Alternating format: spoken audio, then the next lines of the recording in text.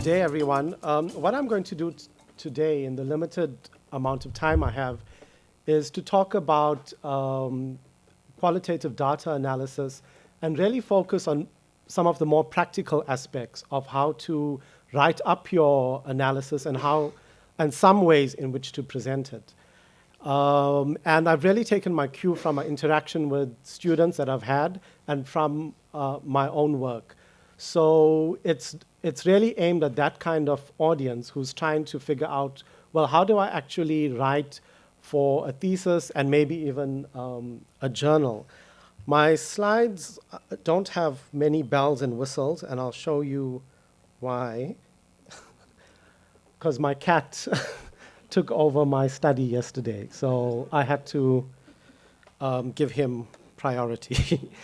So I'm going to talk about thematic analysis. Now, thematic analysis runs across, I think, through all the different kinds of theories or methods of qualitative research. So it's a sort of common thread.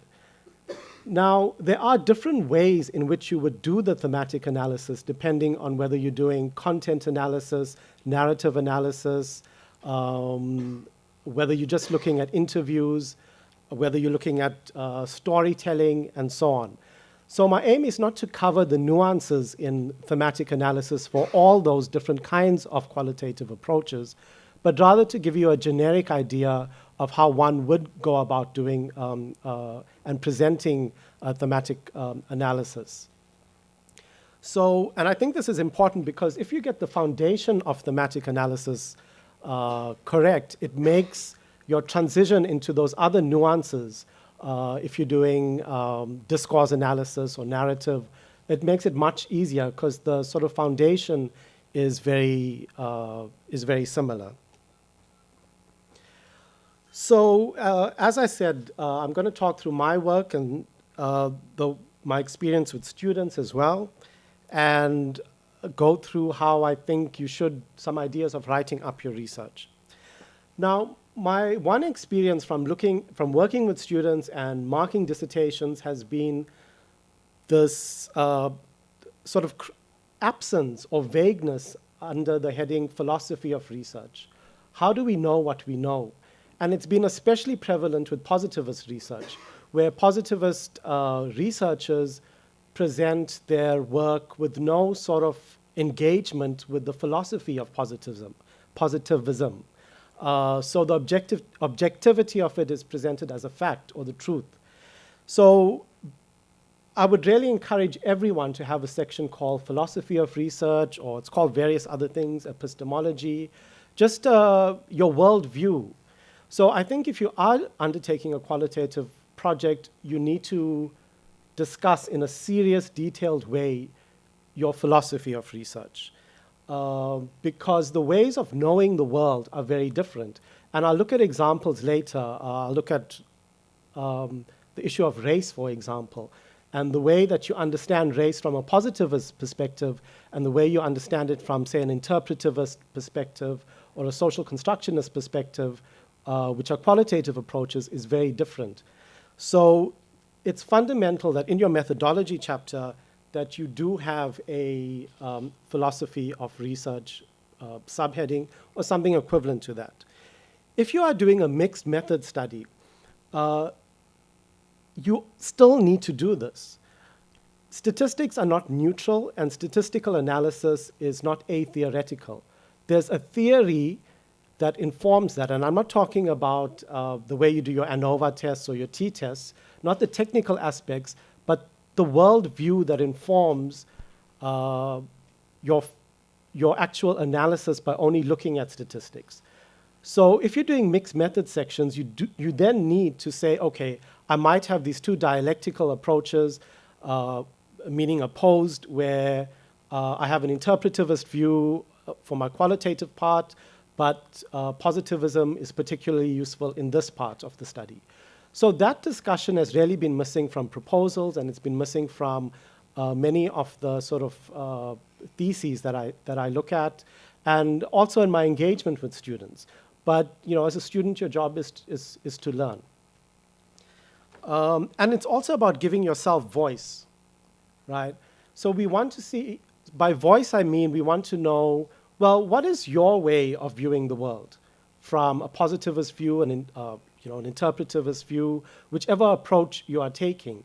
Why are you choosing to look at diversity management from using a qualitative approach rather than a positivist approach? So that's also something that you need to write into your qualitative methodology section.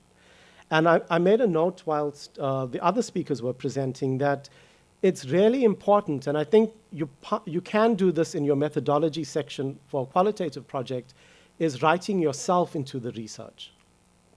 For example, I have a student who's a trade unionist who's doing a thesis on collective bargaining and so on, and he, in the beginning, just rendered himself invisible as trying to give an objective account of what happened, but he was very much involved in whatever was happening in that organization as a trade unionist. And we went through this process of saying, you need to write yourself into the research. And that's something that you need to think about depending on the qualitative approach that you're using. For example, maybe your gender matters in the way you're doing your interviews, your focus groups. Maybe your race matters. Maybe you have to think, well, what is it about me, my identity, that may influence the way I'm doing my interviews and so on. So writing yourself into your qualitative project is very important, and it needs to be part of your analysis sometimes, and I think it needs to be part of your methodology section as well. The other observation I've made is that students are, well, not just students, but researchers are very careful in using technical, scientific language when doing positivist research proposals or writing up positivist research. We're very careful about the way we describe statistics and tests and so on. But when we write up qualitative research, anything goes. An interview is an interview, a story is a story. And I'm cautioning against this because you run the risk of either doing badly for your thesis or at a PhD level not passing. You need to make yourself familiar with the technical or academic language that qualitative researchers use. Interviews, I think during Debbie's presentation, have very specific meanings, very specific definitions, focus groups. Storytelling is a good example. It's the new biggest thing in HR and career research, for example. But storytelling there has a very specific definition, very specific parameters, and you need to be very careful in the way you use the language and the way you define it. So how do you figure out what all this terminology is? Well, you read. And all of us in this room are scholars, and being a scholar is, maybe I'm very old-fashioned, but in a sense, it's sort of a calling. It's something that we need to take seriously. In a world of sort of instant gratification, we sort of Google and Wikipedia, which has its uses, definitely, but you need to engage in deep reading, in deep scholarship with the work that you are doing. You need to immerse yourself in that. There was a discussion on mixed methods, and often we see in students' proposals, I'm doing mixed methods. There's a whole theory of mixed methods. There's a journal of mixed methods. There are debates around mixed methods. There's embedded mixed methods, convergent mixed methods, and so on. So by using that language, especially at a PhD level, you are demonstrating an expertise. And you're demonstrating a care that is often demonstrated with positivist research, but not so much with qualitative research, because it's seen as easier, non-technical, anything goes. So I want to caution against that. I've put down some terms here. I'm not really going to explain them in detail, but it just gives you an example of some of the terminology, hierarchical coding, axial coding, storytelling, and so on. So I think that's quite an important point. These are further examples of some of the words that I think should be appearing more often, especially in proposals, and also when you are writing up your dissertation. Because if you wish to publish anything in qualitative research, your readership and the reviewers are experts in that approach, and they will be reading for the correct use of these terms or the usage of these terms. So use the right language. And I want to say that many people think that qualitative research is like journalism. And you need to avoid journalistic writing, journalistic analysis. And I'll get back to that. I'll come back to that later. And the key difference between writing like a journalist who just reports facts and writing like a scholar or an academic is in the interpretation, the theory, and the analysis. So if you're talking about coding, patterns, themes, and so on, you need to explain those things, define them, ground them in the literature, right? There are debates and so on. So how do you present your, students often ask me, well, I've done my sampling and so on, how do I present it? So the next few slides will show you sort of examples of how to present your sampling in your methodology chapter and even in journals. So in most journals, they want some kind of tabular representation, meaning a table form of your sample size, along with the narrative. So here you can see, this was a study I did on medical laboratory specialists, and it's very simple. It's a very small sample size, but immediately before the person reads the narrative, they can see, get a sense of the sample. The other reason I put this here is when you are writing for an international audience, especially at a PhD level, one of your examiners will be international, and usually for international journals, even national journals, the reviewers are international.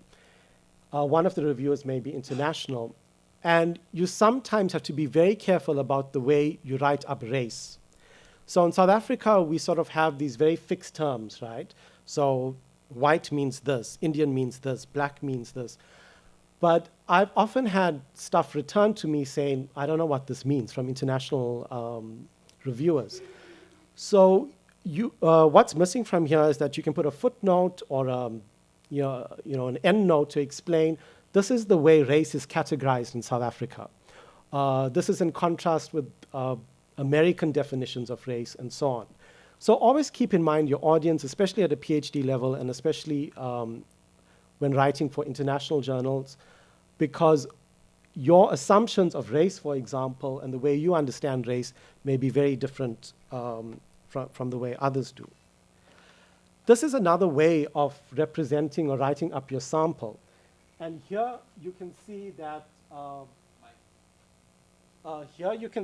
that under type of respondent, they just put, for example, policymakers, right?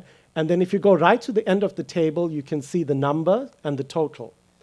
For now, ignore what's in between. Just look at the two extreme columns. You can see health managers, the focus groups, doctors, medical students, and so on. So there's no hard and fast rule of how to represent your sample visually, but it does help to represent it visually, usually through a table, right? Again, this is another example from an article. And here what I did was I gave the sample size as 16, and in brackets that refers to the population size. So even though your samples are relatively small in qualitative research, you still have to present them in a way that allows the reader to get a sense of the population, how many people you interviewed, and so on. And this has to go along with a detailed narrative, because a detailed narrative of your population, of your sample, is really important. And there you would explain their characteristics, and so on.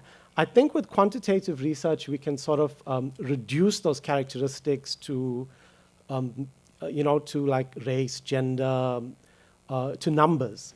But when you're doing the narrative of your sample in qualitative research, you need to try and make that description of your sample as rich as possible because it matters. So for example, even though I divided the sample here into doctors, histopathologists that worked in the public sector and the private sector, in my narrative I said, well, two of the doctors I spoke to in the public sector were intending to leave to the private sector. And that was really important for my work because it looked at sector switching of these specialists. But at the moment of doing the interviews, they worked in the public and private sector respectively. But the narrative helps explain those gray areas. Now, this article by CDAT is a much larger study compared to the one I did. I think here he had about 86 participants. And this was, I think it was a study on HIV and public health policies. And you can see that what he does here is he describes the demographic characteristics, and then the other column lists the description of the sample, and he codes them like P2, P3, P4, P7, P8, for example. And those numbers are important because later on in the article, when he's quoting from these participants, we know we can cross-reference to this table, so we know some of the characteristics of the person that he's quoting. So you really need to engage with this kind of tabular representation of your sample, and have this in your methodology section. So it obviously depends on your research questions and so on. So I've already said that they want a detailed description as possible. Be careful with international audiences, especially around issues of race. Don't assume that your common sense understandings of race, for example, would translate to an international audience or to a different audience. Yeah, I'll come back to that later. Right? Remember that percentages are not always useful with small samples. So if your sample is 12, 80% of my respondents, and you're writing up like that, it doesn't really make sense to quote in percentages because you could just say 2 out of 12 and so on. It really depends on your sample size. Now, there's this whole debate, which I'm not going to get into, about is thematic analysis and a qualitative approach? Is it a method? Is it a tool? And so on. You can read up on that. But I'm going to show, or try to show you how to actually do it. So the first thing I think that you need to do in your in your methodology chapter is to use the correct language. Now, there's something called a data corpus. It may be called something else as well, but your data corpus refers to everything that you've generated for your project. It's your interview transcriptions, it's your focus group transcriptions, it's your documents you've collected, it's the websites you've looked at, and so on. So in my project on the human resources development of South African seafarers, my data corpus are the interviews I've done with the sailors, the interviews I've done with the stakeholders, the vast amount of newspaper articles I've collected, and so on. So your data corpus refers to everything. From your data corpus, you may be interested in only analyzing, say, your interviews, for example. You refer to that as your data set. So you may have several data sets for your research project. Data set 1 could be, in my case, all the interviews I've done with seafarers. Data set 2 could be the focus groups I've done with cadets that are training. Data set 3 could be all the newspaper articles I've gathered for content analysis later. So depending on how much data you've gathered, you need to divide them into data sets as a first phase. So it's really more important for big projects. So maybe more at a PhD level, that might be important, or if you're working as an independent consultant. So the first thing I want to say about thematic analysis is that it's preferable not to outsource your data collection, like your interviews and your focus groups and so on. Because I think, as one of our presenters said, you have to immerse yourself in it. And the rationale is that when you're actually doing the thematic analysis, that process will be much easier because you already are so familiar with the data. Now, if you are doing a quantitative survey design and you're distributing questionnaires, I think it's acceptable practice to have a third party to do that. You can do it online and so on. Now, I'm not saying you can't hire someone to do your interviews and so on. But if you do that, you need to make an argument. And I think Debbie was saying that interviewing, for example, is a skill. We all turn to qualified statisticians to do our quantitative and statistical analysis, but we all think, we want to be great interviewers. And I think you need to, there are training courses you can go on, you can pilot your interviewing skills with friends, there are books you can read, there's YouTube, and, so there may be ethical reasons that you may want to, so if you have to interview colleagues, for example, maybe you want a third party to do that instead of yourself. So as far as possible, try and do your own interviews and focus groups, but it is possible it is possible to outsource it, but explain that rationale in your writing, because it's really important to explain that. For example, I did a lot of data collection in the Philippines. The first time I had funding to do that. The second time I didn't. So I had to get a research assistant there to assist me. But I was able to write that up in my data, and it was acceptable. So how do we start this thing called thematic analysis? The first step is to familiarize yourself with the data. And this is really, really, really important. Now, the last project I worked on, I think I only had like 23 or 24 interviews. So it was relatively easy for me to read all the transcripts and so on. But you need to do that. You need to read and reread before you give it to someone to transcribe. You need to listen to the audio tapes. And if you're not doing the transcription yourself, and you outsource it, you need to read those transcriptions and make sure they match the audio tape. It's happened to me where the transcriber just thought it was okay for her to summarize the interview, and report what she thought were important facts. And if you don't double check, then you're in trouble, right? So familiarize yourself with the data. If you outsource the transcription, please double check against the audio recording. There's a whole debate about should you outsource the transcription or not. Some people see transcribing itself as an interpretive act, right? You're interpreting the data. I leave it to you to engage with those debates.